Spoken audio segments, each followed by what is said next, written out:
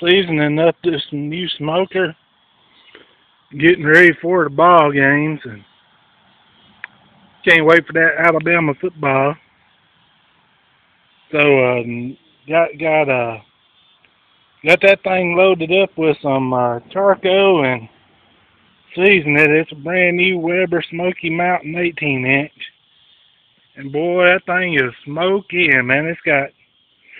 Yeah, I ain't got no food or nothing on it because I'm trying to burn off that oil. Look how this thing smokes. Man, it's like a smoke cloud. Look down in there.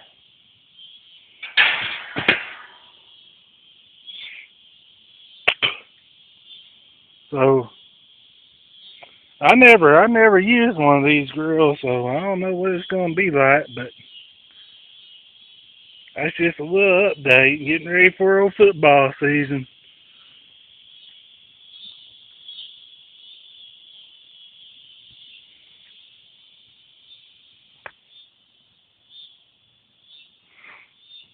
Boy, that smells good already. I ain't even lying.